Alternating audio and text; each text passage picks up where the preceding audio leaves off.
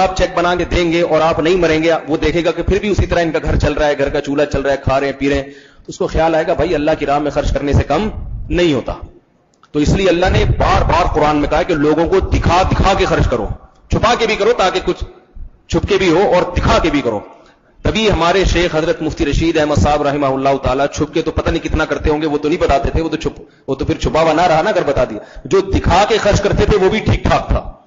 ایسے نوٹوں کی گڈیاں رکھی ہوتی تھی ان کے سامنے, ان کی زمینوں سے جب پیسہ آتا تھا لوگ ہدایہ بھی ان کو دیا کرتے تھے پیسوں کی شکل میں, تو وہ ہدیہ آیا ہو یا زمین کی جو ہے نا ان کی آمدن آئی ہو, تو میں دیکھتا تھا ایسے اتنی لمبی گڈی ہوتی تھی تقریباً 1 فٹ تک میز کے اوپر گڈی رکھی ہوئی نوٹوں کی.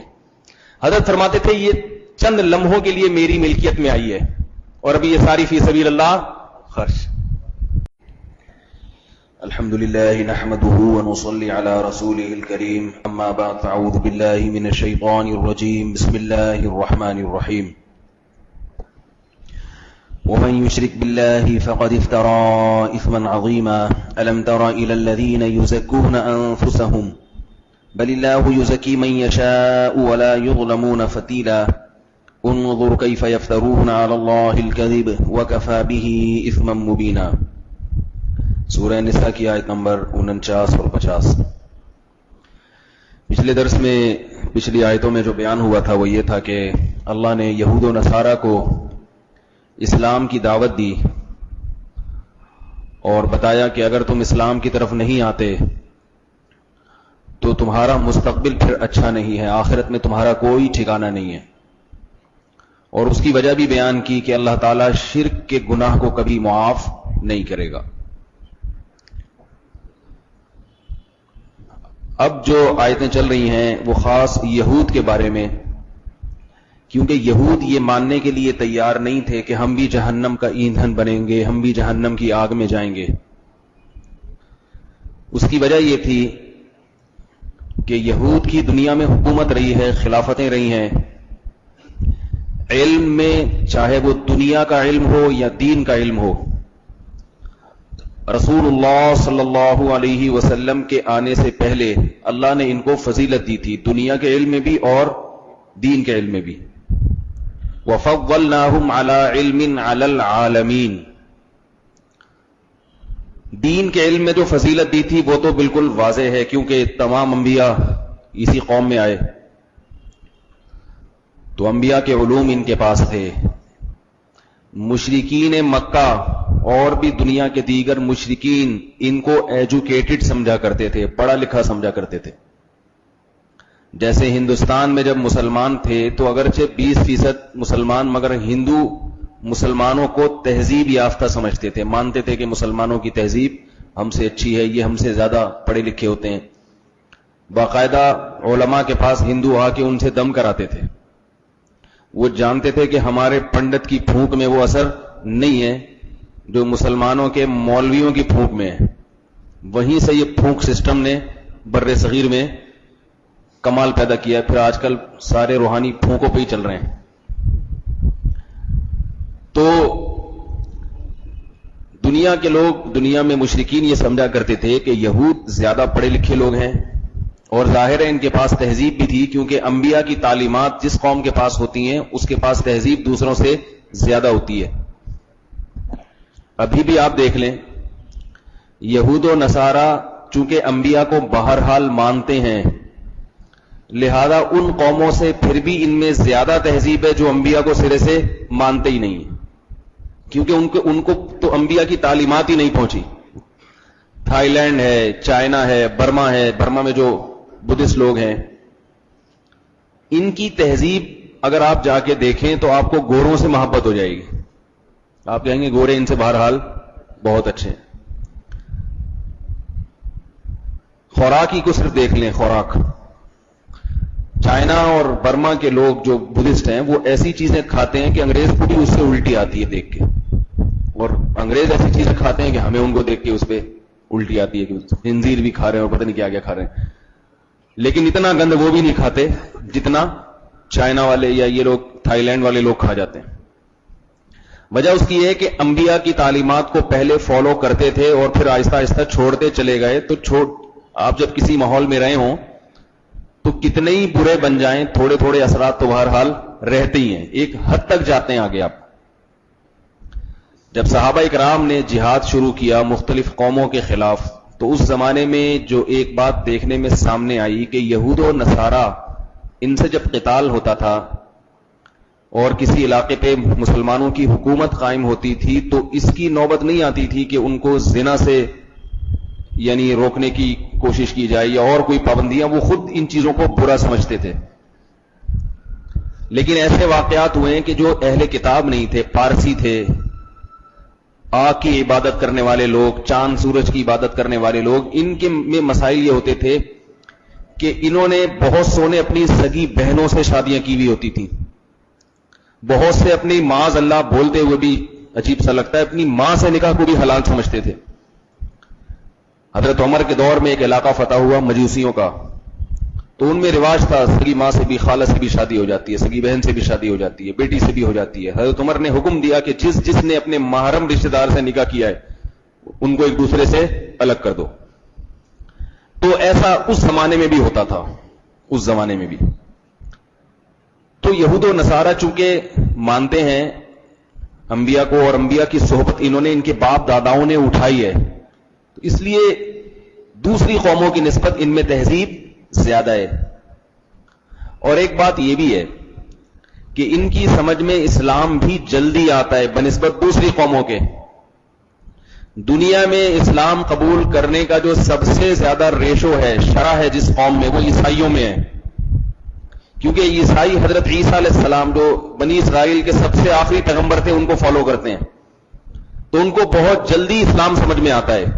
ہندو کو کافی دیر سے آئے گا, چائنا والے کو تو بہت مشکل ہے, پھر چائنیز زبان میں کسی کو کلمہ سکھانا یہ تو اور مشکل کام ہے, وہ کچھ اور مطلب نہ سمجھ لے اس کا, چونکہ وہ بہت دور. ان کو یہ سمجھانا کہ تہذیب کیا ہوتی ہے, حلال کیا ہوتا ہے, حرام کیا ہوتا ہے, جو لال بیگ تک کھا جاتے ہوں اس کو. جب آپ اس کی مثال ایسے ہے جیسے ایک آدمی کے گھر میں گندگی ہے اور گھر میں صفائی ستھرائی نہیں ہے, آپ اس کو کسی دن صاف ستھرے ماحول میں لے کر آؤ تو اس کو تھوڑا سا خیال آئے گا یار مجھے بھی صاف ستھرا رہنا چاہیے. لیکن ایک آدمی بھنگی ہے, اس کا کام کیا ہے گٹر صاف کرنا, اس کو آپ کتنا صاف بنا دو گے, کتنا صاف بنا دو, زیادہ زیادہ یہ کروا دو گے کہ اس کو بھنگی پنے سے توبہ کروا دو گے, یہ بھی بہت بڑا کمال ہوگا اس کا, یہ بہت بڑا کمال ہوگا. لیکن اگر آپ نے اس کو پہلے دن نہا دھو کے ڈیٹول سے نہلایا, اس کو سروس کروائی اور پھر خوشبو چھڑک دی اس کے اوپر, تو بے ہوش ہو کے مر جائے گا, کہے گا یہ کیا ہو رہا ہے. وہ تو اتنی صفائی افورڈ نہیں کر سکتا وہ. تو یہ جس چیز کا انسان عادی ہوتا ہے نا, ہمارے حضرت کے ایک مرید تھے, وہ ہر وقت بن ٹھن کے بہت رہا کرتے تھے, بس خواتین کی طرح ان کی عادت تھی ہر وقت بناؤ سنگھار میں لگا رہنا.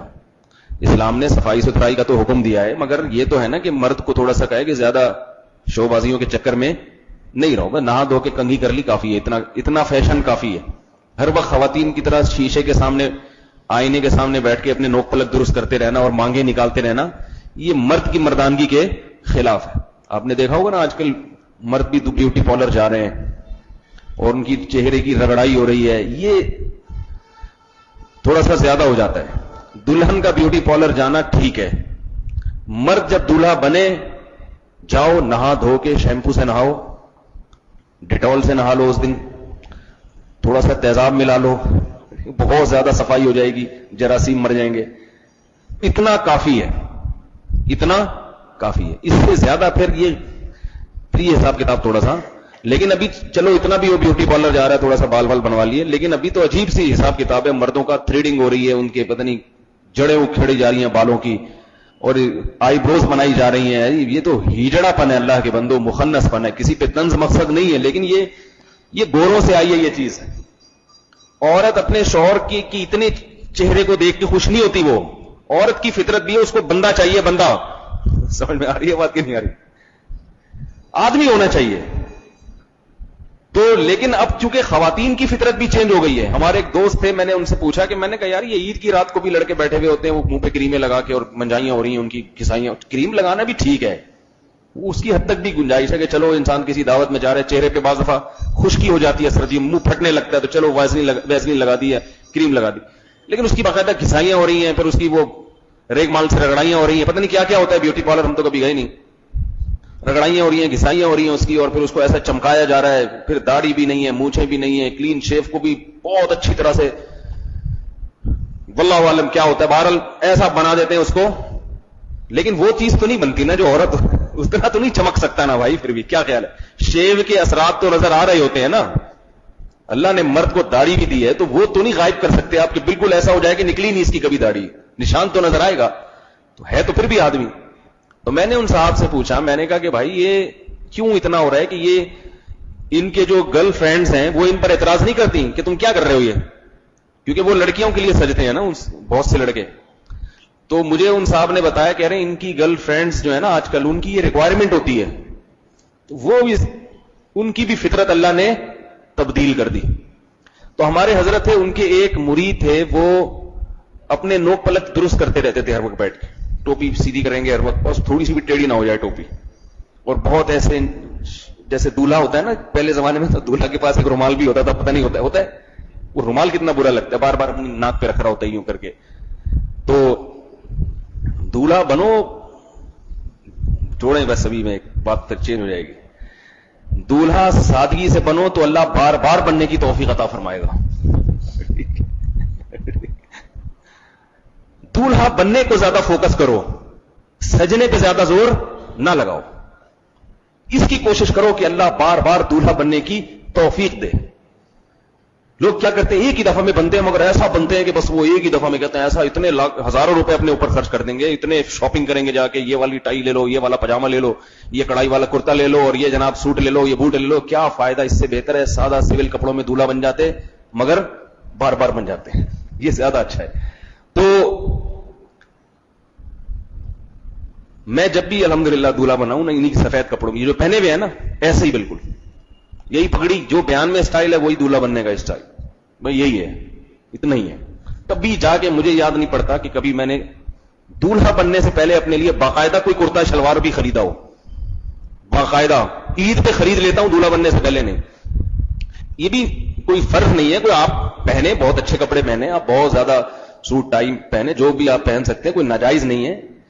لیکن میں یہ عرض کر رہا ہوں کہ بہت زیادہ مرد کے لیے اپنے نوک پلک کو درست کرنا یہ مرد کی فطرت کے بھی خلاف ہے, اور شریعت میں بھی اس کو پسند نہیں کیا گیا.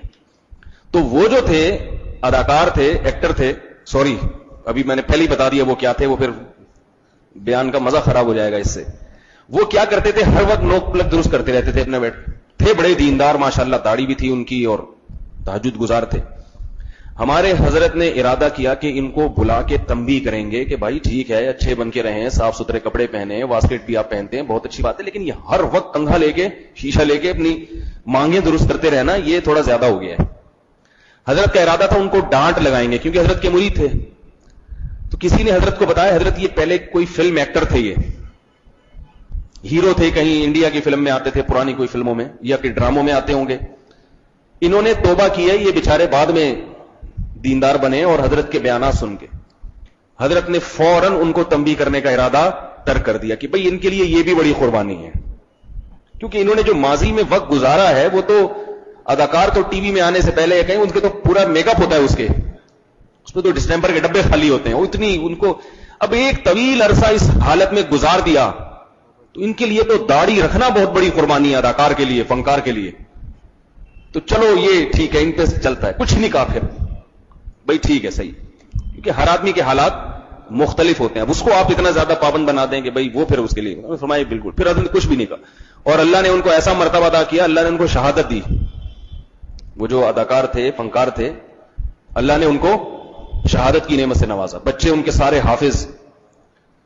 تو جو جس ماحول میں ہوتا ہے نا, اس کے لیے بالکل اس کے خلاف بات کو قبول کرنا مشکل. تو اسلام قبول کرنے کا ریشو دنیا میں سب سے زیادہ کس قوم میں ہے, عیسائیوں میں. قرآن میں بھی یہ بات اللہ نے بیان کی ہے, اقرب وَلَتَجِدَنَّ أَقْرَبَهُمْ مَوَدَّةً لِلَّذِينَ آمَنُوا الَّذِينَ قَالُوا إِنَّا نَصَارَى. فرمایا تم اسلام کے قریب سب سے زیادہ ان لوگوں کو پاؤ گے جو اپنے آپ کو نصارہ کہتے ہیں, عیسائی کہتے ہیں, کرسچن کہتے ہیں. سب سے زیادہ تم اسلام کے قریب ان لوگوں کو پاؤ گے. تو یہودی جو تھے نا، ان کو اللہ نے دنیاوی علم میں بھی فضیلت دی اور اخروی علم میں بھی. دنیاوی علم میں فضیلت کیوں دی؟ کیسے دی؟ جس قوم کے پاس حکومت ہوتی ہے وہ خود بخود ترقی کرتی ہے. یہ جو مسلمان قوم میں سائنسدان نہیں پیدا ہو رہے اور لوگ کہتے ہیں نا یہ مولویوں نے لوگوں کو ترقی سے روکا ہوا، مولویوں نے نہیں روکا ہوا. جب آپ کے پاس حکومت ہی نہیں ہے آپ کچھ بھی نہیں کر سکتے. ہر چیز ان سے ادھار لینی پڑتی ہے آپ کو.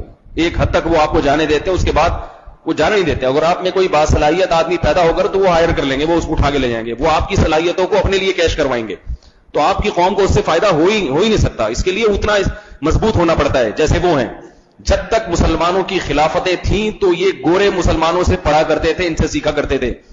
جب مسلمانوں کی خلافتیں ختم ہو گئیں، غلام بن گئے، تو اب غلام قوم بیچاری کیا ترقی کرے گی؟ بنی اسرائیل جب تک فرعون کی غلامی میں تھے ایک سوئی بھی ایجاد نہیں کر سکے، کوئی غلیل بھی ایجاد نہیں کر سکے، کیونکہ فرعون ان کو تھوڑی کرنے دیتا کچھ. جب بنی اسرائیل کی دنیا پہ حکومت آئی ہے تو بنی اسرائیل نے سائنسی ترقی بھی بہت کی ہے. یہ لوگ ہتھیار بناتے تھے، دنیا ان سے لیتی تھی. تو یہ ایک اصول ہے کہ جب آپ کے پاس حکومت ہوگی تو آپ بہت کچھ کر سکتے ہو. اگر حکومت نہیں ہے تو آپ کے وسائل پہ بھی وہ قبضہ کر لیں گے. آپ اپنے ملک کے وسائل نہیں استعمال کر سکتے. جو آپ کی جیب میں جو پیسہ ہے وہ آپ ان سے پوچھے بغیر استعمال نہیں کر سکتے. تو آپ ترقی کہاں سے کرو گے؟ اور عجیب اللہ کی قدرت دیکھو آپ کہ ہم لوگ غلام ہو کے بھی یہ اسلام کی برکت ہے کہ جتنا تنزل ہمیں ہونا چاہیے تھا اتنا ہے نہیں. میں نے ایک آفیسر سے پوچھا کہ پاکستان دنیا کے طاقتور ترین ملکوں کی فہرست میں آنے والا ہے قریب انشاءاللہ. اور بھارت کو آپ کو پتا ہے نا بہت طاقتور ملک ہے، لیکن بھارت پاکستان سے جنگ کا تصور بھی نہیں کر سکتا. مودی نے بھڑکی لگا دی تھی تھوڑے دن پہلے. مودی نے جو ہے نا چونکہ مہنگائی بہت کر دی، اس نے انتہا پسند ہندوؤں کو بہت پیسہ دیا مودی نے، جس سے ملک میں مہنگائی کا گراف بہت اوپر چلا گیا. تو اس کو خیال آیا کہ عوام میں میری مقبولیت کم ہو رہی ہے، تو اس نے اپنی مقبولیت بڑھانے کے لیے کشمیر میں کچھ فسادات کرائے اور پاکستان کو دھمکی دے دی. پتہ ہی ہوگا آپ لوگوں کو. تو وہاں کے جو تجزیہ نگار ہیں نا انہوں نے پھر بتایا کہ بھائی تو پاکستان سے لڑنے کا تصور دماغ سے نکال دے. میں پہلے یہ سمجھتا تھا کہ یہ جو خبریں آتی ہیں نا کہ ہمارے پاس انڈیا سے بھی اچھے میزائل ہیں اور ہم انڈیا کے اتنے کلومیٹر جا سکتے ہیں، ہمارے اس سے بھی آگے جا سکتے ہیں، اور یہاں سے بیٹھ کے پاکستان یورپ کو ہٹ کر سکتا ہے، ایسے ایسے میزائل ہیں. تو شروع میں مجھے اس لیے یقین نہیں آتا تھا. میں کہتا تھا یہ جو آرمی ہے نا یہ قوم کا مورال بلند کرنے کے لیے دنیا کے ہر ملک کی آرمی کو کچھ نہ کچھ چھوڑنی پڑتی ہے. نہیں آ رہی بات سمجھ میں بھائی؟ تاکہ قوم کا چھوڑنے میں کوئی پیسے تھوڑی لگ رہے ہیں اور لوگوں کو فائدہ بھی ہو رہا ہے. اور جنگ نام بھی دھوکے کا ہے. جنگ کس کا نام ہے بھائی؟ آپ کے اتنی طاقت نہیں ہے پھر بھی آپ 6 گنا بڑھا کے دکھا دو. گناہ بھی نہیں ملتا اس پہ تاکہ دشمن پہ روپ بیٹھے. ایسے موقع پہ روپ بٹھانے کے لیے جھوٹ بولنا بھی جائز ہے. آپ کے پاس کوئی ڈاکو آیا لڑنے کے لیے، آپ نے کہا ہاتھ مارا کہ میرے پاس بھی پستول ہے، حالانکہ کچھ بھی نہیں تھا، تو یہ جائز ہے. ہمارے ایک دوست ہیں ان کے پاس کوئی ڈاکو آیا تو انہوں نے جیب میں ہاتھ ڈال کے نا ایسے یوں کیا انگلی سے، وہ بھاگ گیا حالانکہ کچھ بھی نہیں تھا، وہ سمجھا بندوق کی نال ہے، وہ انگلی تھی ان کی جیب میں نظر نہیں آ رہی تھی. تو جنگ میں یہ جائز ہے جھوٹ بولنا بھی. تو میں یہ سمجھتا تھا کہ یہ کیونکہ ان کے پاس کہاں سے آ گئے بھائی؟ انڈیا کے تو کتنا بڑا ملک ہے اور اس کو تو دنیا اس کے ساتھ ہے، امریکہ اس کے ساتھ ہے، اسرائیل اس کے ساتھ ہے. تو پاکستان نے انڈیا سے زیادہ دفاع میں ترقی کیسے کر لی؟ کہاں سے آ گئی ان کے پاس؟ تو اصل میں پاکستان چونکہ نام اسلام کا ہے نا، اسلام کے نام پہ بنا ہے، تو اللہ ہمارے حکمرانوں کی نااہلی کے باوجود اس ملک کے ساتھ اللہ نے کچھ ایسے معاملات کیے کہ ناکامی کے نقشوں میں اللہ نے کامیابی کے نقشے پیدا کیے ہیں. وہ کیسے پیدا کیے ہیں؟ پاکستان نے 2 جنگیں لڑی ہیں. رشیا جب افغانستان میں آیا ہے تو رشیا امریکہ کے مقابلے میں سپر پاور تھا. رشیا کی پوری ٹیکنالوجی انہوں نے چوری کی ہے.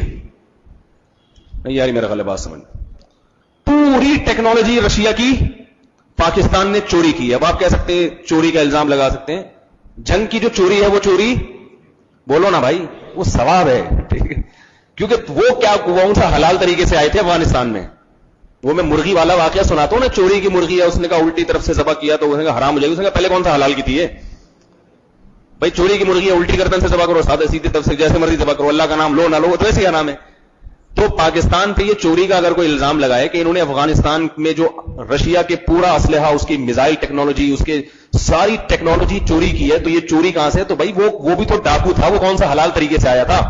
اس کو کس نے حق دیا تھا کہ افغانوں پہ حملہ کرے؟ وہ پوری ٹیکنالوجی چوری کی ہے, اور اس میں چائنا کے ساتھ مل کے یہ کام کیا ہے. اور ابھی امریکہ افغانستان میں ہے, امریکہ کی میزائل ٹیکنالوجی انہوں نے چوری کی ہے, رپورٹ ہے واللہ عالم. اور یہ بظاہر غلط بات معلوم نہیں ہوتی. امریکہ کا اسلحہ چاہے وہ کتنا ہی چھپائیں, اس کو کتنا ہی بچانے کی کوشش کریں, مگر جنگ میں ایسا ہوتا نہیں ہے کہ آپ کی بندوقیں سامنے والے کے ہاتھ نہ لگیں.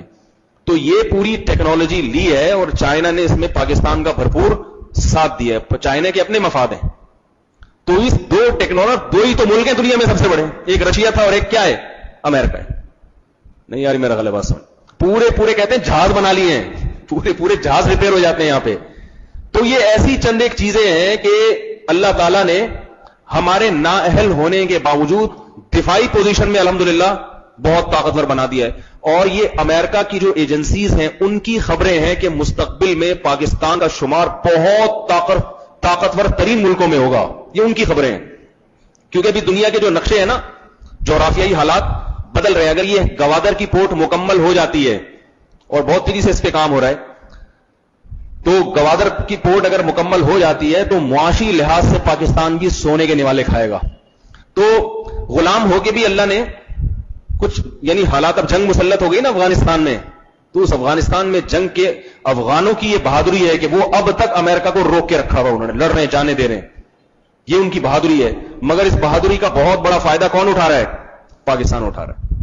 سارا اسلحہ وہاں سے آ رہا ہے, وہ دیکھ رہے ہیں. پورے ان کی ٹوپیوں پہ انہوں نے ریسرچ کی ہے, جنگی ٹوپیاں جو ہے نا, امریکن جو ٹوپیاں استعمال کرتے ہیں جنگی افغانستان میں, وہ ٹوپی کی مجھے کسی نے بتایا تھا, اگر وہ ٹوپی نہیں کرا رہا ہو, صحیح ہے نا, صحیح بات, کہ 12 لاکھ روپے پاکستانی کرنسی کے حساب سے اس ایک ٹوپی کی قیمت ہے جو امریکن آرمی والے جنگی ٹوپی پہنتے ہیں. کیونکہ وہ یہ والی ٹوپیاں نہیں ہے جو چٹائیوں کی ٹوپیاں ہیں, ان ٹوپیوں میں بہت کچھ ہے. ایسا وائرلیس سسٹم ہے ان کا, فوجی جہاں بھی ہوگا ٹریس ہو جاتا ہے. بہت کچھ ہے اس ٹوپ. ہم امریکہ کی ٹوپی, آپ وہ اندازہ لگاؤ, وہ اپنے فوجیوں کو ٹوپی نہیں کراتے, وہ باقاعدہ اوریجنل ٹوپی ان کے سروں پہ لا کے رکھتے ہیں جو جنگ میں لڑنے کے کام آتی ہے. ان کی جو جیکٹیں وہ پکڑی گئی ہیں. وہ لنڈا بازار میں بھی کسی نے بتایا, ایک امریکی کی جو پتلون بک رہی تھی لنڈا بازار میں. تو یہ بہت کچھ سیکھا ہے اس سے. تو دفاعی لحاظ سے الحمدللہ پاکستان دنیا کے طاقتور ملکوں میں ہے, اور طاقتور ترین میں انشاءاللہ عنقریب آنے والا ہے. اور سب سے بڑی بات یہ ہے کہ اسلامی ملکوں میں سب سے طاقتور ترین ملک بہرحال پاکستان ہے. یہ تو سب مانتے ہیں, جتنے اسلامی ملک ہیں ان میں سب سے طاقتور ملک اس وقت الحمدللہ پاکستان. اس لیے اس وقت پوری دنیا میں ہر ملک کے خلاف, ہر اسلامی ملک کے خلاف سازش ہوئی ہے. عراق کا بیڑا غرق ہو گیا, اور شام کی آپ حالات دیکھیں کیسی سازشیں ہوئی ہیں. شام کا بیڑا غرق کر دیا, اور بہت سارے ملکوں میں افغانستان کا تباہ و برباد کر دیا افغانستان. لیکن دنیا کا واحد ملک الحمدللہ پاکستان ہے کہ جس کے خلاف سازشیں عراق سے بھی زیادہ ہوئی ہیں, شام سے بھی زیادہ ہوئی ہیں, مگر الحمدللہ نہ ٹوٹا, نہ بغاوتیں ہوئی, اور نہ کوئی ایسا بڑا, ایسی دہشت گردی کے واقعات ہوتے, واقعات دہشت, مگر اتنے بڑے پیمانے پر نہیں ہو رہے جو ان لوگوں کی چاہت تھی اور جو ان لوگوں کا پلان تھا. وہ ساری چیزیں الحمدللہ آہستہ آہستہ کیا ہو گئی ہیں؟ ناکام ہو گئی ہیں. تو اس لیے ہم اپنے ملک کو بے شک 100 دفعہ گالیاں دیں, یہ یوں ہے اور فلانا ہے, لیکن اللہ کا شکر ہے کہ طاقت اور قوت کے لحاظ سے الحمدللہ ہمارا ملک ابھی بھی دوسروں سے بہت اچھا ہے. اور اتنا اچھا ہے کہ یہ جو آپ کے عرب کنٹریز ہیں, جو اسلامی ملک ہیں, وہ بھی پاکستان کو اپنے لیے ایک نعمت سمجھتے ہیں کہ اگر ہم پر کسی نے میلی آنکھ دیکھی تو یہ ہمارے کام آئیں گے. غلط نہیں آ رہی بات سمجھ میں آپ لوگوں کی؟ ان کو بھی سعودی عرب کو پتا ہے کہ پاکستان آرمی ہے جو میرا ساتھ دے گی. سعودی عرب کو یہ بات معلوم ہے. تو اگر یہ ختم کر دیا جائے یہاں سے, یہ جو طاقت اور قوت ہے, تو باقی اسلامی ممالک بھی یتیم ہو جائیں گے. دوسرے نمبر پہ اس وقت جو ترقی کر رہا ہے ملک جو بہت زیادہ, وہ ترکی ہے. وہاں بھی اسلامی انقلاب ہے, اسلامی انقلاب آیا ہوا ہے بہت خاموش طریقے سے. اس کے جو صدر ہے طیب اردوغان, اس کے پاکستان سے بڑے اچھے تعلقات ہیں. آپ کو پتا ہے ابھی مودی نے دھمکی دی تھی پاکستان کو, تو اس دھمکی کا جواب میں ترکی نے بھی جواب دیا. اور یہ بھی کہا جا رہا ہے مستقبل میں پاکستان, ترکی اور سعودی عرب کا ایک بہت مضبوط ترین بلاک بننے والا ہے انشاءاللہ. بہت طاقتور جو ہے نا, اس میں غیر مسلم ممالک بھی ہوں گے.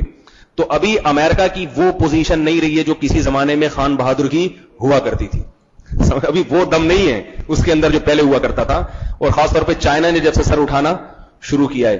رشیا بھی بہت ساری چیزوں میں پاکستان کا ساتھ دینے کی کوشش کر رہا ہے. وہ اپنے پرانے انتقام لینا چاہتا ہوگا, واللہ عالم اس کی کیا نیت ہے, یہ اللہ ہی بہتر. کسی کی نیت پہ بھائی ہم شبہ نہیں کرتے, ٹھیک ہے نا, انما الاعمال بالنیات ہے, لیکن نیت دل کا معاملہ ہے.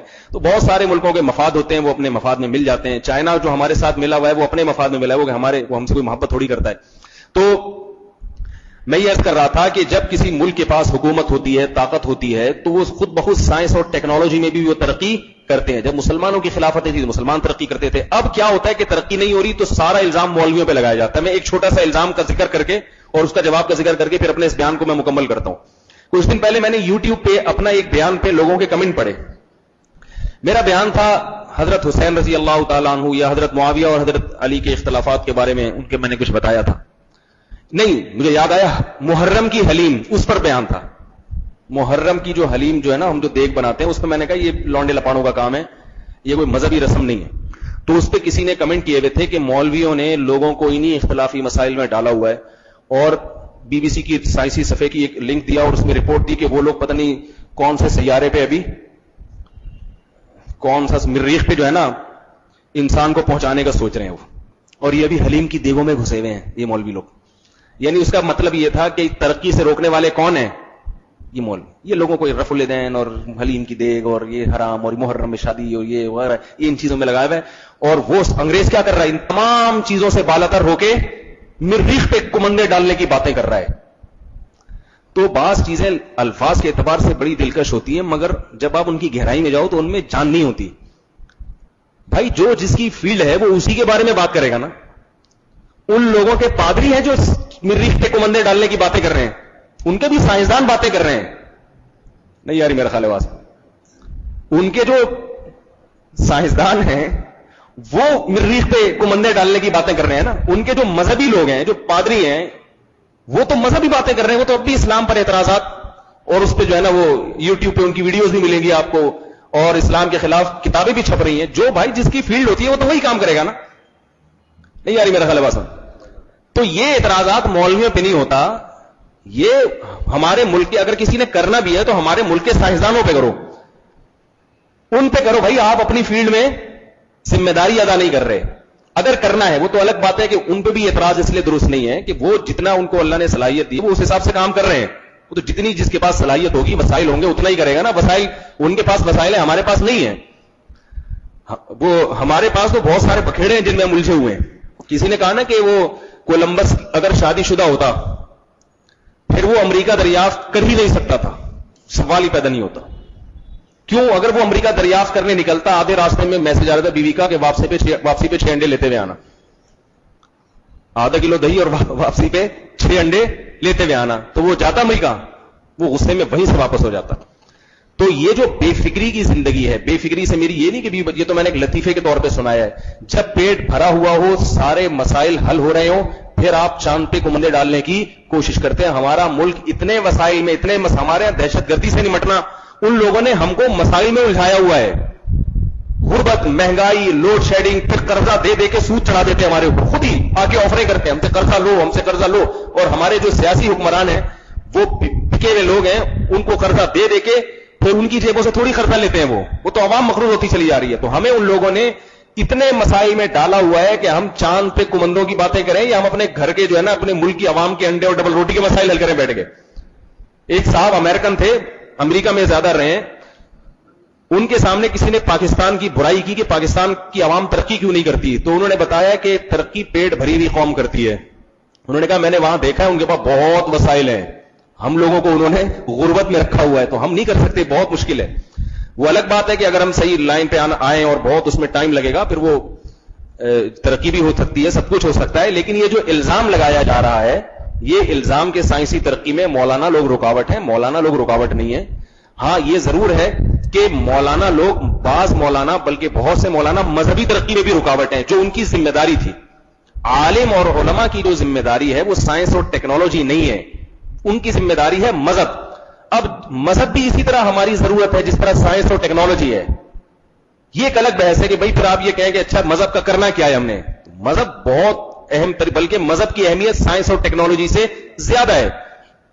گوروں کے پاس مذہب ہی تو نہیں ہے جس سے اتنی ترقی کر کے بھی تنزل کی طرف جا رہے ہیں. اتنی ترقی کر رہے ہیں پھر بھی خودکشی کا ریشو بہت زیادہ.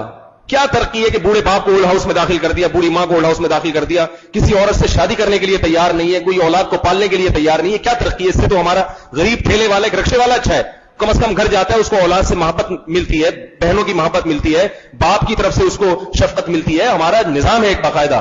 تو ان کے پاس مذہب نہیں ہے, حلال و حرام کی تمیز ختم ہو گئی.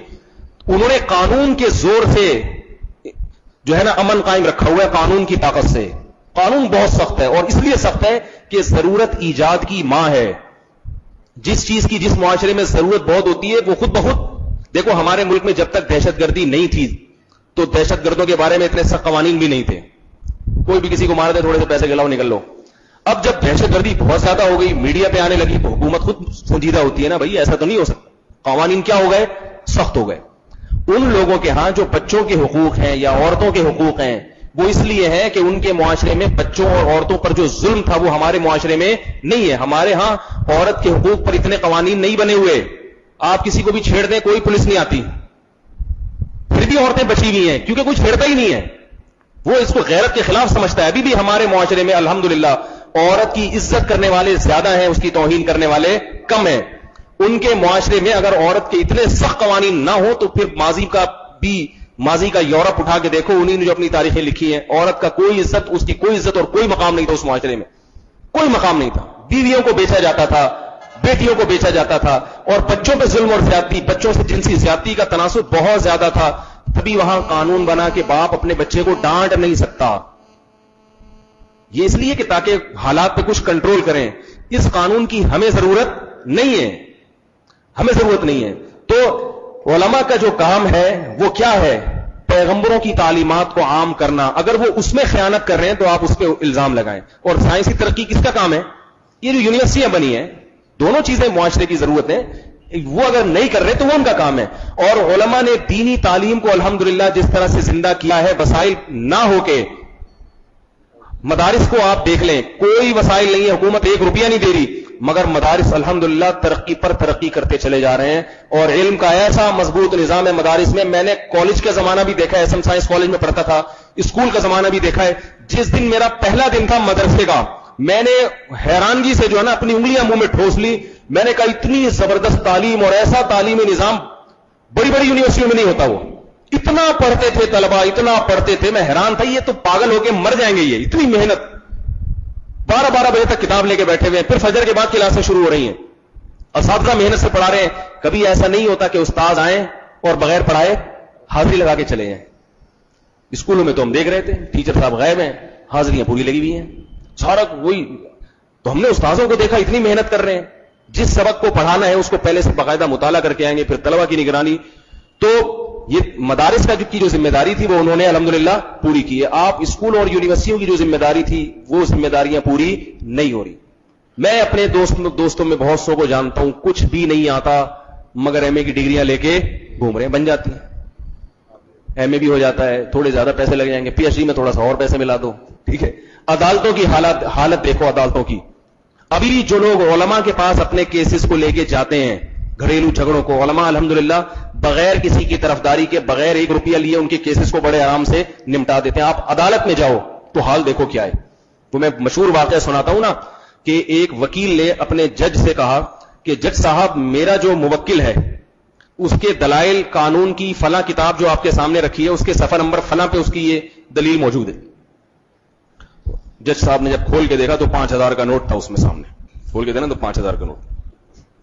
جج نے کہا مجھے اس جیسے 4 دلائل اور چاہیے,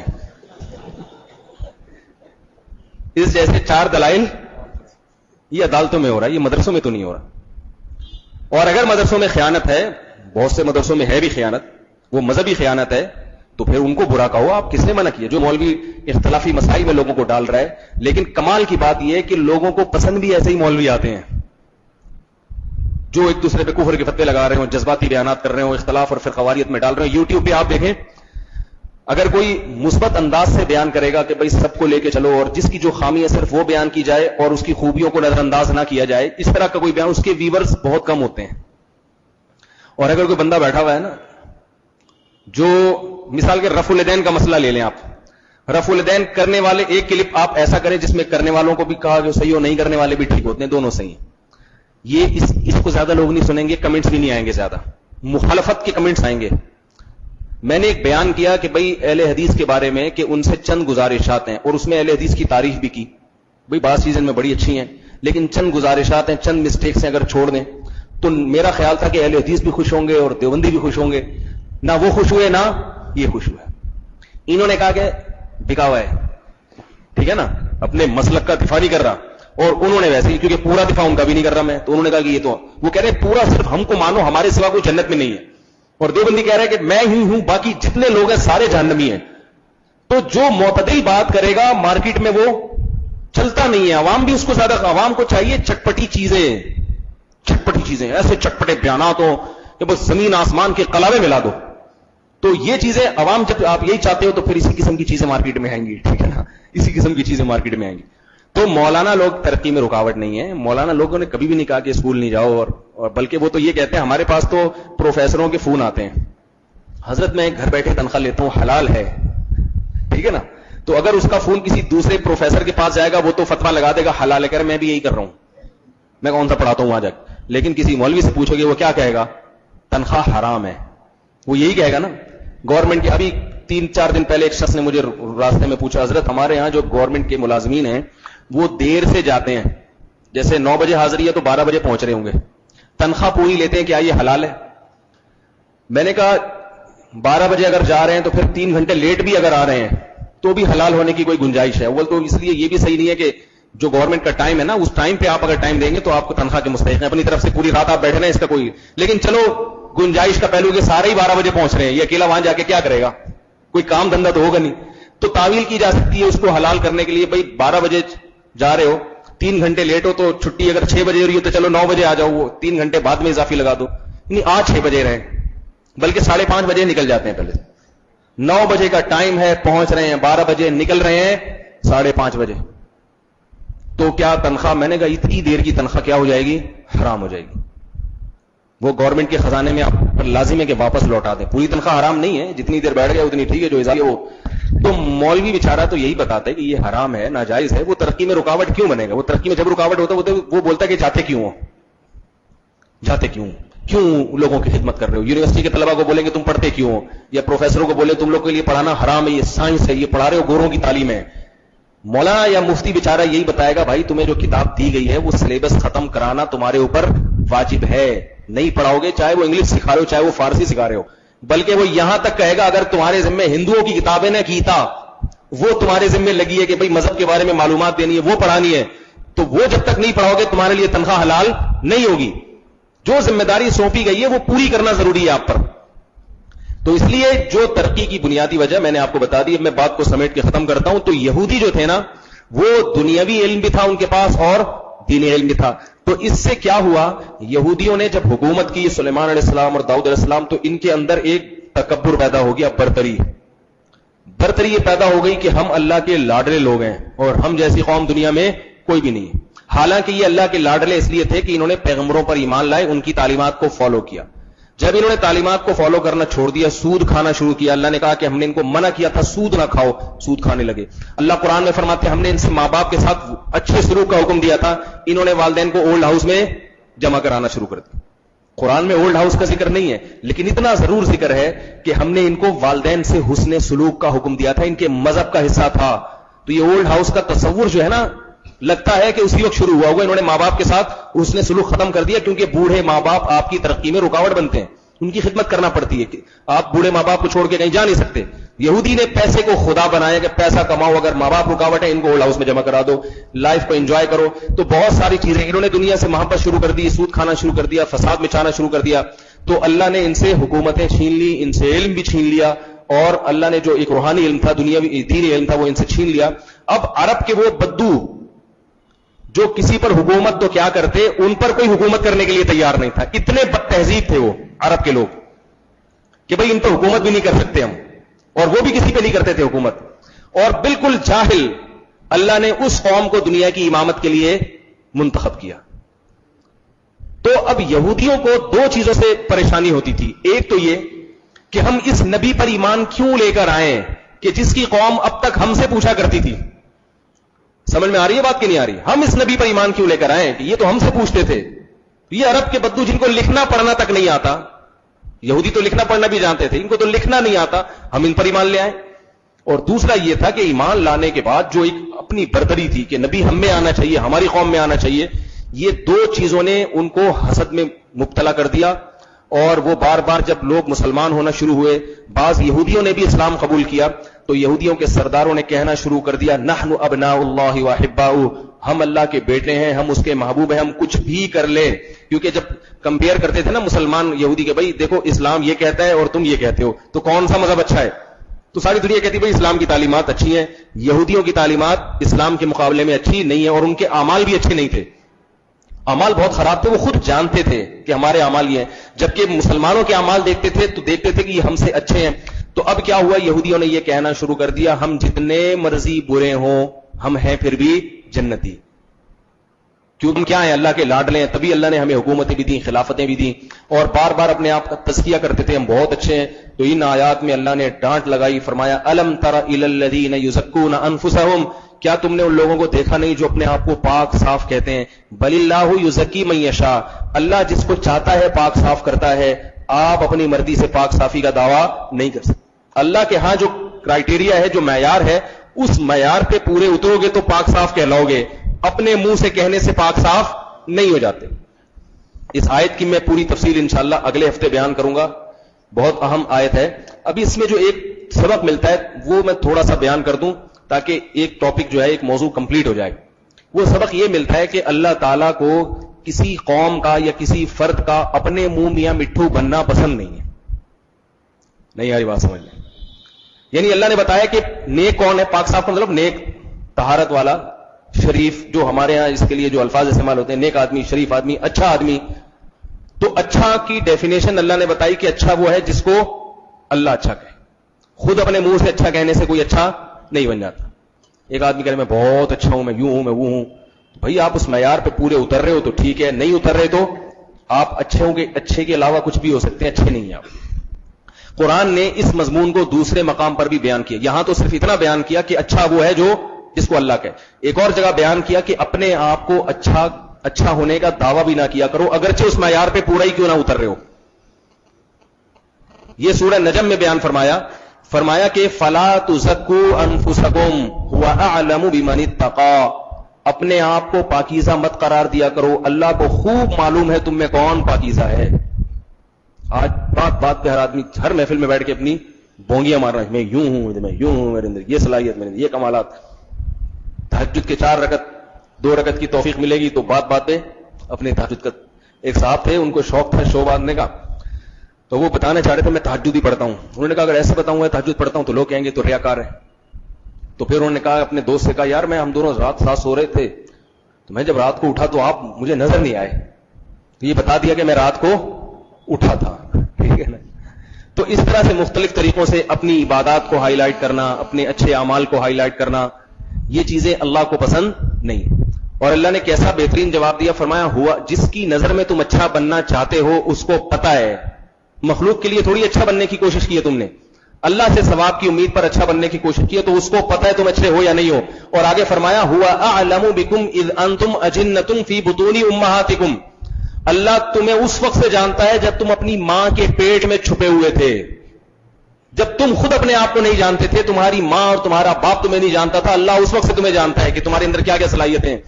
تو جو تمہاری پیدائش سے پہلے تمہیں جانتا ہے تو پھر تمہیں شو مارنے کی کیا ضرورت ہے لوگوں کے سامنے. اس لیے اس آیت سے ہمیں یہ بھی پتا چلا کہ یہودیوں کی جو خصلت ہے شو بازی، یہ اللہ کو پسند نہیں ہے، اللہ کو تواضع پسند ہے.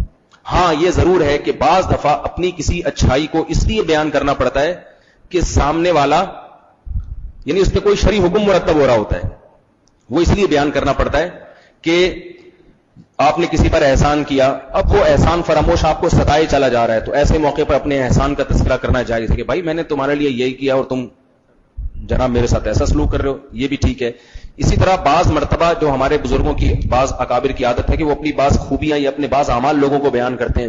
وہ اس لیے بیان کرتے ہیں تاکہ لوگوں میں عمل کا جذبہ پیدا ہو. تو باپ اپنے بیٹے کے سامنے اپنی خوبی کوئی بیان کرے تاکہ بیٹے میں بھی ہو کہ بھائی باپ بتائے دیکھو میں نے فلاں فلاں موقع پر یہ قربانی دی تھی اور فلاں کا خیال رکھا، میں نے اپنی فلاں بہن کو اتنے پیسے دیے، فلاں کو اتنے پیسے دیے. یہ باتوں سے کیا ہوتا ہے، بیٹے کے دل میں آتا ہے کہ یار میرے ابا نے جب اپنی بہنوں کا اتنا خیال رکھا تو میری بھی ذمہ داری ہے خیال رکھوں. ورنہ وہ سمجھے گا آپ ہر وقت نصیحتیں کرتے رہتے ہیں، خود تو کبھی کچھ انہوں نے کیا ہی نہیں ہے. نصیحت تو آپ کو پتا ہے فری میں کوئی 5 روپے بھی نہیں لگتے اس میں. تو اسی طرح ایک آدمی اپنے بیٹے کو سمجھا رہا ہو کہ اپنی بیوی پہ ظلم نہ کرو تو اپنے واقعہ سنا، بھائی تمہاری اماں نے ایسے ایسے ستایا اور میں نے ایسے ایسے صبر کیا تبھی یہ گھر میں نے بچایا ہے، بڑی حوصلہ کیا، میں نے بڑی قربانیاں دی ہیں. تو یہ واقعہ سناؤ. یا کوئی بزرگ اپنے کسی مرید کو سمجھا رہا ہو تو ایسے موقع پہ اپنی خوبیوں کو بیان کرنا جائز ہے. اس میں مقصد شو مارنا نہیں ہوتا بلکہ مقصد سامنے والے کو عمل پہ لانا. تبھی قرآن میں اللہ نے کیا فرمایا کہ اللہ کی راہ میں خرچ کرنے والے لوگ جو ہیں جو اللہ کو پسند ہیں، سرًا و علانیتاً، یہ چھپ کے بھی کرتے ہیں خرچ اور لوگوں کو دکھا کے بھی کرتے ہیں. اب چھپ کے خرچ کرنا تو سمجھ میں آتا ہے، اللہ نے یہ کیوں کہا کہ پبلک کو دکھا کے بھی خرچ کرتے ہیں، دکھا کے. یہ لو بھائی چیک کاٹا 3 کروڑ روپے کا، ٹھیک ہے نا، کاٹ تھوڑی رہے ہیں آپ حیران یہ اتنا زیادہ 50,000 کر دیتے مولوی صاحب، کاٹ نہیں رہے، مثال دے رہے ہیں. تو مثال میں 3 کروڑ کیا 3 ارب بھی لکھ دو، تو 3 ارب روپے کا آپ نے چیک کاٹا بھائی یہ فلاں مدرسے کے لیے، مثال کے طور پر جامعۃ الرشید کے لیے یا دارالعلوم کے لیے یا کسی مدرسے کے لیے آپ نے چیک کاٹا، سامنے والے کو دکھایا، یہ دیکھ رہا ہے.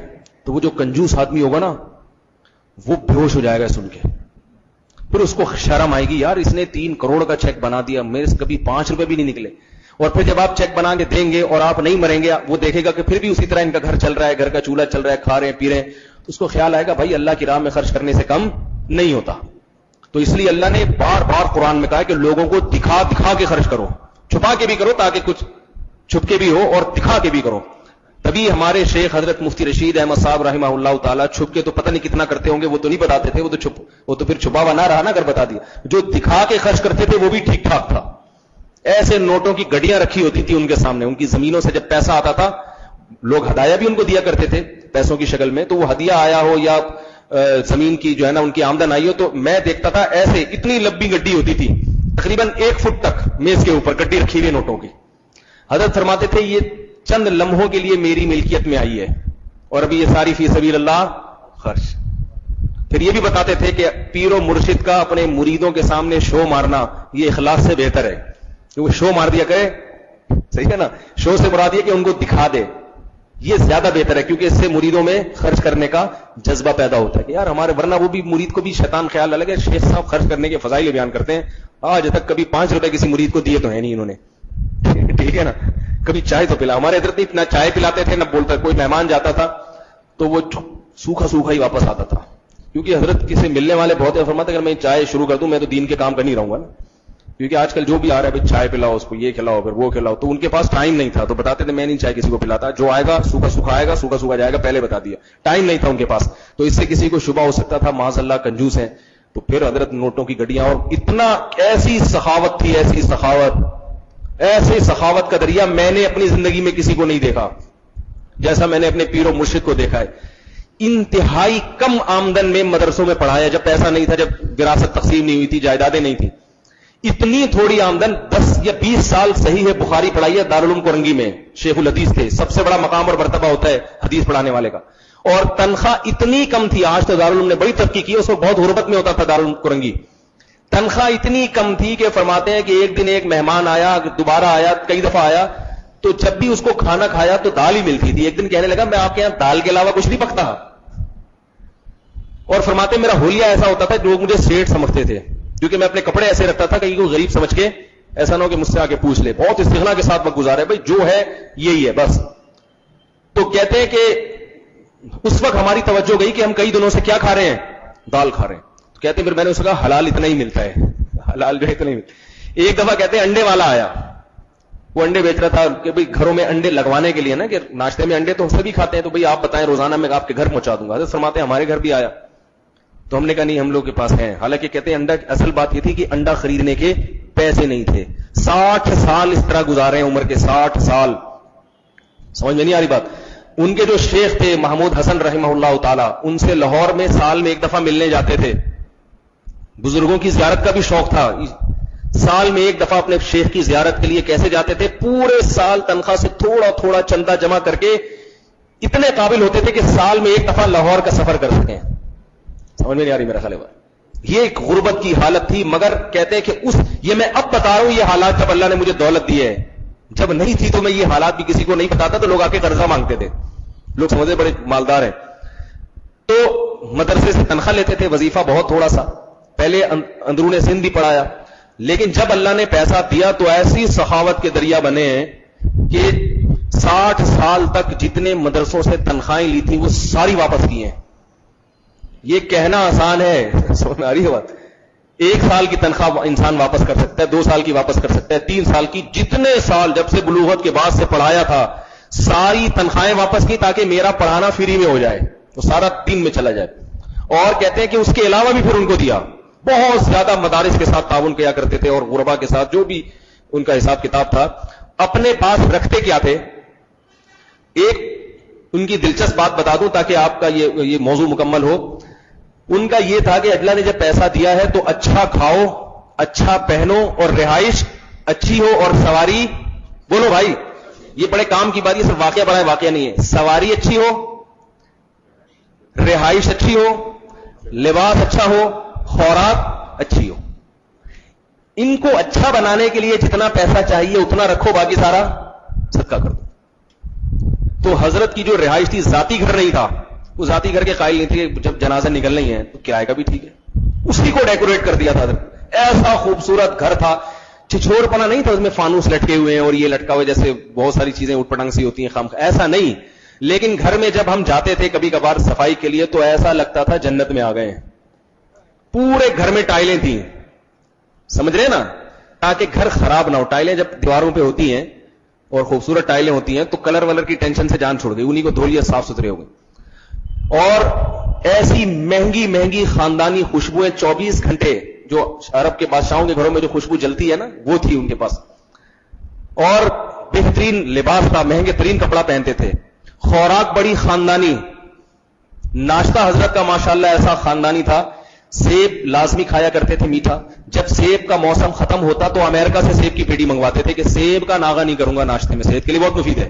جب اللہ نے پیسہ دیا ہے تو یہاں نہیں ہے تو دنیا میں یہ تھوڑی کہ ارجیا سے ختم ہو گیا. ٹورنٹو سے آتے تھے سیب کی پیٹی, اب تو میرا خیال ہے پورے سال ہی سیب ہوتا ہے. اب تو کہیں سے بھی اتنی وسائل ہو گئے ہیں, ہر آدمی کو ہر جگہ سے سیب مل جاتا ہے, لیکن شاید وہ مخصوص قسم کا سیب ہوتا ہو. سیب بھی تو بڑا خاندانی والا کھاتے تھے, تو وہ سیب باہر سے آیا کرتے تھے. تو حضرت کی مخصوص خوراک تھی, وہ بڑی خاندانی قسم کی خوراک تھی. ہم جب بھی گئے تو بڑی اچھی ہی چیز کھاتے ہوئے الحمدللہ ان کو کھاتے بہت تھوڑا تھے, ان کی طبیعت میں خوراک کی کمی, لیکن اچھا بہت کھاتے تھے. اور 24 گھنٹے ایئر کنڈیشن میں رہتے تھے. کسی نے کہا حضرت یہ اے سی جو ہے نا صحت کے لیے نقصان دہ. فرمایا میری جان بھی نکلے گی تو ایئر کنڈیشن میں ہی نکلے گی. گرمی, ہمارے حضرت سے گرمی نہیں برداشت ہوتی تھی. گرمی, سردیوں میں یخ ٹھنڈا پانی پیتے تھے, گرمی ایسی ان کو گرمی سے نفرت تھی. اور ٹھنڈا یہ والا ٹھنڈا نہیں, ایسا ٹھنڈا جو برف بننے والا ہوتا ہے, ایسا ٹھنڈا. اگرچہ ٹھنڈا پانی صحت کے لیے نقصان دہ, مگر وہ کہتے تھے کہ میرے یعنی میں نہیں پی سکتا گرم. ان کی مزاج تباز, لوگوں کی اپنی طبیعت ہوتی ہے, ان کو نقصان بھی نہیں دیتا تھا وہ. اور 24 گھنٹے ایئر کنڈیشن میں رہتے تھے. جب خوشبوئیں جو ان کے پاس تھی, خوشبوئیں گھڑی پلاٹینم کی پہنی ہوئی تھی, سمجھ رہے ہو. سن یوں سمجھیں کہ سن 1980 میں انہوں نے جو گھڑی خریدی تھی وہ 60,000 روپے کی تھی. اور گھڑی کا مطلب یہ نہیں کہ اس میں کوئی چمک پٹیاں لگی ہوئی تھیں یا کوئی ہیرے جواہرات لگے ہوئے تھے, بس اس گھڑی کی ایکوریسی اور اس کی جو دھات تھی وہ خراب نہیں ہوتی. گھڑی ویسے دیکھنے میں ایسی تھی بالکل سادہ سی, آپ کہیں گے اس میں کیا 60,000 والی بات ہے, لیکن وہ ایک دفعہ لوں گا دوبارہ تبدیل نہیں کروں گا. اس میں گھڑی میں ایکوریسی ہونی چاہیے, اور وہ جو بھی ماہر گھڑیات زیادہ بہتر سمجھتے ہیں یہ چیزیں. تو جب گاڑی خریدی ہے حضرت نے, یہ بڑا دلچسپ واقعہ ہے. پیسہ جب آیا تو حضرت نے کہا گاڑی خاندانی ہونی چاہیے. تو حضرت جب شو روم گئے ہیں گاڑی خریدنے کے لیے, حضرت کہتے ہیں میں نے گاڑی خریدنے کا ارادہ اس لیے بھی کیا کہ میرے بیٹے مالدار ہو گئے تھے, انہوں نے گاڑیاں خرید لی. تو میں نے کہا اگر میرے پاس گاڑی نہیں ہوگی تو پتہ کیسے چلے گا ابا کون ہے بیٹا کون ہے. ٹھیک ہے, کہا میں نے کہا میں ان سے اچھی گاڑی خریدوں گا تاکہ پتہ چلے ابا یہ ہے, بیٹے کے پاس زیادہ اچھی گاڑی ہو باپ کے پاس نہ ہو. تو حضرت کار خریدنے کے لیے گئے شو روم, بہت پرہیزگار تھے, متقی تھے. لوگ پتہ نہیں متقیوں کو پرہیزگاروں کو کیا سمجھتے ہیں کہ کیا ہوتے ہیں, گدھے گاڑی پہ جائیں گے, سنت ہے گدھے پہ جانا, صحیح ہے, پھٹے ہوئے کپڑے پہننا سنت ہے. نبی صلی اللہ علیہ وسلم نے دولت رکھی نہیں ہے, یا آپ صلی اللہ علیہ وسلم کا مزاج تھا, لیکن جس کے پاس دولت ہو اس کے بارے میں نبی نے کیا حکم دیا کہ دولت ہو کے بھی اگر اس کے کپڑوں اور لباس اور پوشاک سے نظر نہیں آتی تو یہ کنجوسی ہے, یہ سخاوت نہیں ہے. آپ صلی اللہ علیہ وسلم نے ایک صحابی کو دیکھا, وہ پراگندہ بال ہیں اور عجیب سا لباس ان کا مسکینوں والا, تو نبی نے ان سے پوچھا کیا تمہارے پاس اتنا پیسہ نہیں ہے کہ تم اچھا لباس پہنو اور اپنے بالوں کو درست کر لو؟ انہوں نے کہا ہاں ہے. تو آپ صلی اللہ علیہ وسلم نے فرمایا ان اللہ یحب ان یرا اثر نعمتہ علی عبدہ, جب اللہ نے کوئی نعمت دی ہے تو اللہ چاہتے ہیں کہ وہ نعمت تمہارے جسم پہ نظر آئے. تو ہمارے حضرت گئے گاڑی خریدنے کے لیے, شو روم پہ جب گئے ہیں تو وہ گئے, مولوی صاحب آئے, پتہ نہیں کیا چاہیے ہوگا ان کو, اس نے پرانی کچھ چیزیں دکھائی ہوں گی. تو حضرت نے فرمایا یہ گاڑی ہے. تو حضرت تو پھر عادت تھی ان کے مزے لے کے کسی بات کو بیان کرنا. حضرت فرماتے ہیں میں نے کہا مجھے گاڑی چاہیے. اس نے کہا مولانا صاحب آپ کی رینج کتنی ہے؟ حضرت فرمائے رینج کی بات نہیں کرو, گاڑی دکھاؤ گاڑی. تو وہ جو ہے نا وہ بیچارہ, وہ ان کو نہیں خیال تھا کہ یہ اتنے مالدار ہیں کہ ان کی اتنی رینج ہوگی.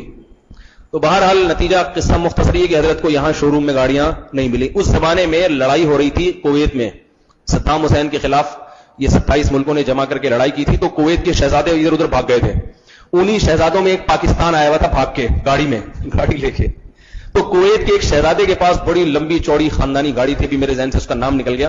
تو حضرت کو پتا چلا وہ برائے فروخت ہے. تو حضرت نے وہ کویت کے شہزادے سے وہ گاڑی خریدی تھی, اور اس میں ہم نے بھی سفر کیا ہے. میں نے زندگی میں کبھی ایسی کار میں سفر نہیں کیا. ایسا لگتا تھا اندر جا کے کہیں مریخ پہ جانے کا پروگرام ہے بھی, یہاں سے یہ زمین کے چلنے کے لیے بنی نہیں. پھر حضرت جب پیٹرول پمپ جاتے, اس کی ٹینکی بہت بڑی تھی, ہمیشہ پیٹرول ٹینکی میں فل بھروا کے رکھتے تھے. حضرت کہتے ہیں یہ کیا بات ہے کہ جب چلانی آپ نہیں ہے تو یہ کیا کہ 400 روپے کا ڈال دو 500 روپے, جتنا بھی ڈالو گے آپ کے کام آئے گا نا. تو فرمایا کرتے تھے گاڑی بڑی ہونی چاہیے, ٹینکی بھری ہوئی ہونی چاہیے. گاڑی بڑی ہونی چاہیے, ٹینکی بھری ہوئی ہونی چاہیے. تو بڑی گاڑی تھی اور وہ پیٹرول پہ چلاتے تھے, اس کو ٹینکی فل کر کے خود ڈرائیو کیا کرتے تھے. لانگ روٹ پہ بھی جایا کرتے تھے, کبھی کبھار ویسے ہی نکل جاتے تھے کراچی سے باہر آب و ہوا لینے کے لیے, اچھی تازہ ہوا لینے کے لیے. لیکن ان چیزوں پہ جو خرچ ہوا, اب اس کے علاوہ رکھنا نہیں ہے کچھ. سمجھ میں آ رہی ہے بات؟ بھائی ماہانہ آمدن اب 1 کروڑ ہو 2 کروڑ ہو, حضرت کو اس سے کوئی غرض نہیں تھی. بھائی گاڑی کا پیٹرول نکلنا چاہیے, مینٹیننس کا خرچہ نکلنا چاہیے, گھر کی بجلی کا بل نکلنا چاہیے, جو مہینے کا راشن پانی ہے وہ نکلنا چاہیے. اس کے علاوہ کیا آ رہا ہے, کتنا آ رہا ہے؟ حضرت فرماتے ہیں مجھے سب سے مشکل کام نوٹ گننا لگتا ہے. سمجھ میں آ رہی ہے بات؟ جیسے زمینوں کی آمدن آئی, وہ نوٹوں کی گڈیاں دے کے گیا. حضرت فرماتے ہیں مجھ سے گنے نہیں جاتے. یہ ایسا لگتا ہے ٹائم ضائع ہو رہا ہے. بھائی میں نے کیا کرنا ہے, اپنی ضرورت کا رکھو, باقی سارا فی سبیل اللہ. تو کیسی سخاوت ہے, یہ کہنا آسان ہے, ورنہ جب آدمی کے پاس پیسہ آتا ہے تو بھئی یہ جب ساری ضرورتیں آپ کی پوری ہو گئی, اب اللہ کی راہ میں لگا دو. لیکن ہمارے ہاں ایسا ہوتا نہیں ہے. اب ایک اور پلاٹ خریدو, پھر اپنے درد سر, پھر بحریہ ٹاؤن میں 6 پلاٹ لے کے ڈال دو, پھر پریشان ہو رہے, اوپر کی قیمت جا رہی ہیں کہ نیچے کو آ رہی ہیں, پھر گلشن معمار میں لے لو, پھر یہ کر لو, پھر وہ کر لو. اسی میں ایک دن موت کا فرشتہ آتا, بھئی تیرے قبر میں پلاٹ بک ہو چکا ہے, چلا جا وہاں پہ. نہ اپنی جان پہ لگایا اور نہ اللہ کی راہ میں خرچ کیا, خود بھی نہیں کھاتے. انہی دنوں میں جب حضرت کی سخاوتوں کے ہم یہ قصے پڑھ رہے تھے, تو مجھے میرے والد صاحب کی طرف سے وراثت ملی, تو مجھے شوق تھا 125 کا بہت زیادہ. تو میں نے کاواساکی GTO 125 خرید لی. مجھے بڑا شوق تھا اس کا, اور میرا لانگ روٹ پہ میں سفر کیا کرتا تھا. GTO 125 آپ کو پتا ہے اچھی خاصی خاندانی بائک, اس سے زیادہ اچھی بائک ابھی تک آئی نہیں ہے. تو حالانکہ میری آمدن کوئی بہت زیادہ نہیں تھی, مگر مجھے شوق تھا. تو میں ایک جگہ گیا, وہاں ایک تاجر تھے, لاکھوں پتی آدمی تھے وہ. انہوں نے ہونڈا 50 خریدی, اور اس پہ مجھے کہہ رہے تھے میں گیس لگوانا چاہتا ہوں اس پہ. کیا لگوانا چاہتا ہوں؟ گیس. اس وقت چند بائکوں پہ گیس کا تجربہ کامیاب ہوا تھا. LPG گیس کے سلنڈر 1-2 بائکوں پہ لگے تھے, پھر وہ ناکام ہو گیا بعد میں. تو میں اس پر حیران ہوتا تھا, اللہ نے اس کو اتنی دولت دی ہے, اس نے 50 رکھی ہوئی ہے 50, اور اس پہ بھی کیا لگوا رہا ہے؟ گیس لگوا رہا ہے. تو میں کہتا تھا اللہ یہ تیرا فضل ہے کہ تو نے ہمیں بزرگوں کی صحبت نصیب کرا دی, جس سے ہم کم از کم خود تو اچھا کھا رہے ہیں, خود تو اچھا پہن رہے ہیں. ورنہ ہم بھی جمع کر کے نہ کھاتے نہ پہنتے, اور کیا خرید رہے ہوتے؟ ہونڈا 50 پہ گیس لگوا رہے ہوتے.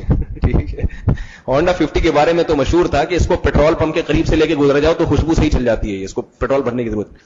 تو یہ چیزیں ہیں, اللہ ہمیں سخاوت کی توفیق عطا فرمائے. تو یہودیوں نے پیسہ جمع کرنا شروع کیا, تو وہ نتیجہ کیا نکلا؟ آج وہ پیسہ بہت ہے, دل چھوٹے چھوٹے ہیں.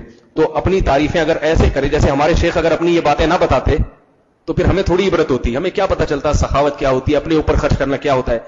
لیکن یہ کام ذرا حوصلے والے لوگوں کا ہے کہ شو بازی سے پہلے اللہ پہ نظر رکھنی چاہیے, ماشاء اللہ کہنا چاہیے کہ بھئی اللہ کی توفیق سے ہے, میرا کمال نہیں. حضرت بار بار فرمایا کرتے تھے کہ جو کچھ میں آپ کے سامنے بیان کر رہا ہوں یہ میرا کمال نہیں ہے, یہ کس کی توفیق ہے؟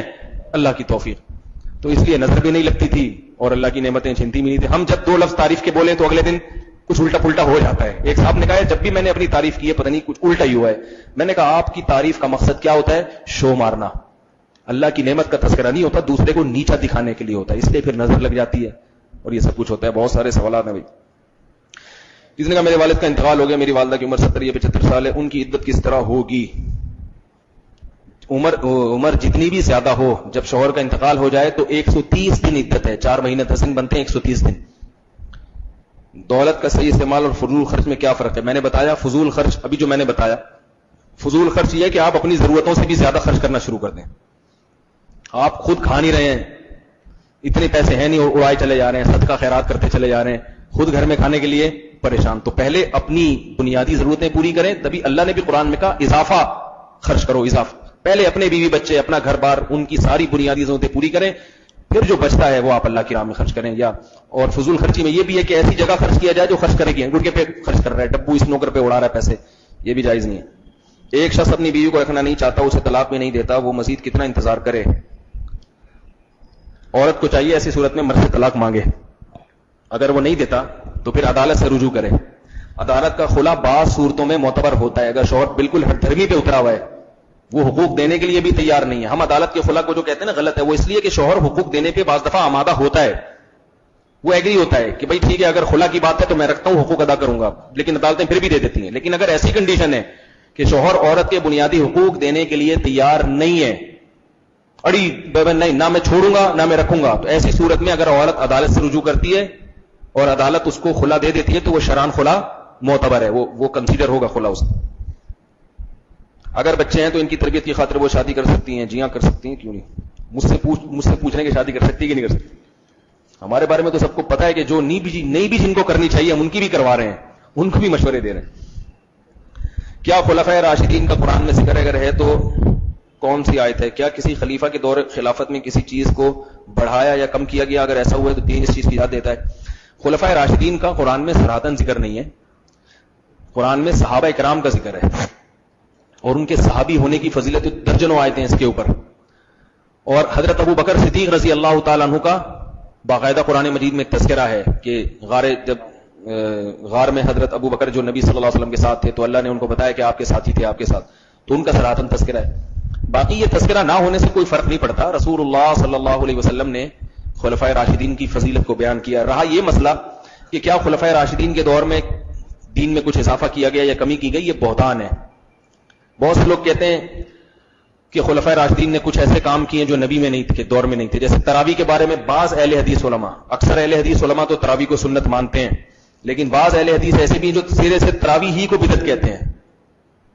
وہ کہتے ہیں کہ نبی نے تو تراویح بند کر دی تھی, حضرت عمر نے شروع کی ہے, تو یہ بدعت ہے. اسی طرح طلاق کے مسئلے میں کہتے ہیں نبی کے دور. میں نے پرسوں ڈاکٹر ذاکر نائک کا ایک کلپ سنا, اس میں وہ بتا رہے ہیں کہ جناب نبی کے دور میں 3 طلاق ایک ہوتی تھی, حضرت عمر نے یہ کام کیا ہے. پھر وہ بار بار کہہ برا تو نہیں کہہ سکتے مگر حضرت عمر نے یہ کام صحیح نہیں کیا. ٹھیک ہے نا, یعنی لہجہ یہی ہے ایک کہ بھئی کیونکہ بڑے صحابی ہیں تو ہم گستاخی تو نہیں کریں گے, لیکن یہ کہ یہ اچھا نہیں ہوا. ڈاکٹر ذاکر نائک صاحب کے لب و لہجے سے ایسا محسوس ہو رہا ہے, تو یہ غلط ہے. حضرت عمر کبھی طلاق کے مسئلے میں نبی کے دور کی یا قرآن و سنت کی مخالفت نہیں کر سکتی. یہ صحابہ کرام پر بہتان ہے. میں ڈاکٹر ذاکر نائک کو برا نہیں کہہ سکتا, بہت بڑے اسکالر ہیں, بہت اللہ نے ان سے دین کا کام لیا ہے, مگر ان کی یہ جو بات ہے یہ بات 100% غلط ہے.